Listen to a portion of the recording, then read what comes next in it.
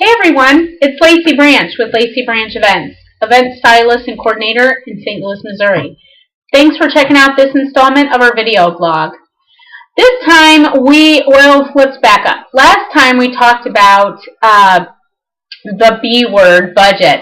So this time I thought that it would be a really natural progression to kind of talk about one of the items that takes generally the largest portion of everybody's budget, and that is the venue. And for all intents and purposes, we're just going to talk about the reception venue. And actually, in many cases, that might be one and the same. You might be having your ceremony there and then flipping and having your reception there. But for discussion purposes tonight, we're just going to talk about the reception venue. And the reason that I think this is so important to everybody and why we always get so many questions on it is because it generally takes on average, and I'm averaging, I mean, again, at least 50% of your overall budget. That's a pretty safe assessment. So what I like to tell my clients is think about it. Think about remember in the last installment we talked about establishing your budget, all the things that you want, all the things you have to have, and then all the things that you would like to have, and kind of list them out there. So from that exercise to this exercise, we're gonna implement it, and we're gonna talk about selecting a venue. So if you don't have a wedding planner, here I go again. I'm gonna caveat this, and not just because it's a plug for me, but it is a plug for my industry. Get a wedding planner. But if you don't have a wedding planner, and even if you do, don't select the venue before you have your wedding planner. And there's many reasons why. Generally, I think that a couple, they get really excited. I just got engaged, and okay, let's pick a date and let's go out and get a venue. Let's just call it Hotel ABC. And they don't give it any more thought. And then they get their wedding planner, and the wedding planner sits down with them and goes over their budget and goes over all the items that you want to have for your wedding. And then almost certainly, we're going to realize that the numbers don't work, that you want far more than your budget potentially could allow. So you want to make sure that the venue that you select is a good fit for your budget, because not as often do people realize all the things that have to come out of the budget. Sometimes there's more things than not. So thinking about that. So your wedding planner should sit down with you and discuss, what the feel of your wedding is going to be, what you're kind of going for, are there locations in the city that you want to go to? Do you want it outside? Do you want it inside? All of those things. And then from there, they would make a recommendation of, several venues, and then, show you pictures. You could look at their website of the venue. But a good planner will be able to quickly tell you, are the hotel chairs horrible there? If it's an off-premise place, are there no chairs? Do we have to bring chairs in? Do we have to bring tables in? If it is a hotel, what are we going to have to do cosmetically to make this look like the wedding that you want? And all that stuff starts adding up. It's like cha-ching, cha-ching, cha-ching.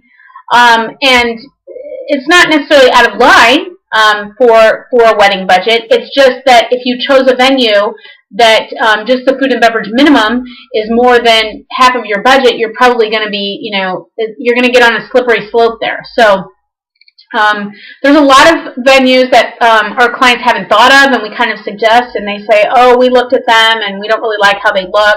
But we always ask people to give it a second chance, give it a second glance from our eyes, and when we're walking them through, to think about, changing the chairs and changing these things, because oftentimes you can get, you can get the wedding that you want. You just have to, bring some things in or take some things away that are already there to make it yours.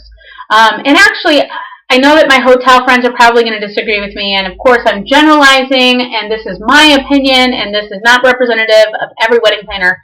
But I don't care what hotel ballroom you're at.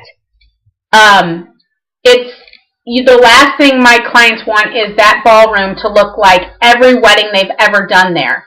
So changing it up is key, and changing it up often costs money. And as I said, if you selected the right venue, at your right price point, then you easily should be able to make those cosmetic changes that make the wedding yours with little or no problem. So early on in our career, we were working with many clients who had already selected their venue, and some of them were amazing venues. I'm by no means knocking the venues, but they were in over their head. It's like buying a $100,000 car when really potentially all you can afford is a $25,000 car, and you can't afford the gas to drive around. So that's kind of where they didn't think about all the little things that have to go into the wedding. So I guess what our lesson here is really do your homework. Get a good wedding planner, somebody who's experienced, somebody who has done it for a long time, somebody who's worked at a lot of venues. Now, they don't necessarily had to have worked at your venue, which is, I love that when people call us and they say, have you ever worked at, there are so many great venues in St. Louis, and I'm sure there are in your city where you're watching this video blog from. So no, unless a wedding planner has been around a really long time, generally things tend to go in cycles.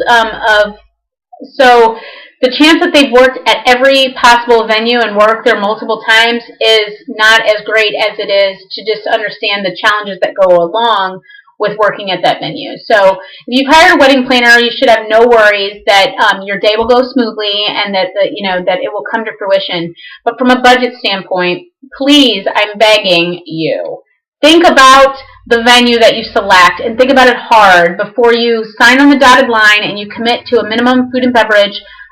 If it's going to take more than you're prepared to spend, because breaking contracts is never good. Not good for the venue, not good for you, and skimping on every other area is not what you want to do either, because that makes you have a less than stellar planning experience. So it's really, really important that you kind of think about that. So think about selecting your wedding venue very similarly to your choosing a house, or choosing a car, or choosing any large ticket item that you might be purchasing. Don't just go on the first place that you looked. You don't necessarily need to look at 500 either, and just because it looks great on the internet doesn't mean that it's going to be great in person. I mean, you should know that, buyer beware type of thing. Talk to your wedding planner, ask what their thoughts are, find out what your style is, what look you're going for, and then make your decision. So I hope that this was helpful. It's, again, this blog is not intended to be a cookbook on how to plan your wedding. This blog is intended for informational purposes of just kind of my musings, my ideas based on the questions that we get and people want to hear about. So know that this is, like I said, representative of my thought and not anyone else's, and shouldn't supersede your wedding planner's advice. But again and again, you're going to hear me say, start, budget, wedding planner, venue, and then XYZ, which we'll go into in the next few segments of our video blog. But definitely do it in that order, and I can attest that you will have a great planning experience. It will not be overwhelming. Well, unless you get overwhelmed easy, but it generally won't be overwhelming. It'll be fun, and it'll be memorable, and it'll be all of those things. And have your expectations real. Not again. I love the TV shows just like the next guy. I get inspired by them, but those are inspiration weddings. Those weddings that you see that are over the top fabulous. It costs over the top fabulous, so be aware. However, if you hire really great designers and a really great, like we're a wedding stylist, you'll have something in your budget that reflects something as fabulous as that. So, just keep it real, so to speak, and select your venue thoughtfully and, very planned out, and work with your planner on finding out the pros and cons to each venue. Oh, because keep in mind that when they tell you there's a certain amount of guests that they can seat at that venue, they know their venue best. So of course they're being honest and they're telling you that. However, at that point in time, you may or may not really have a grasp on your guest list. So if you're on the high side already and you're pushing that maximum of that hotel ballroom or of that, venue, think again, because more times than not, your guest list, if you don't have it in control, can increase. And then where are you going to put these people? Because you're maxed out. So really, really think about those things and talk it over with your planner. And so, like I said, next time we'll talk about vendor selection and working the vendors into your budget. And in the meantime, if you want to hear anything about anything in particular that you want to hear about, email us or tweet us or post it on Facebook, and we'll get to it in the, one of the next installments. So until next time, thanks so much for tuning in, and we'll talk to you soon. Bye.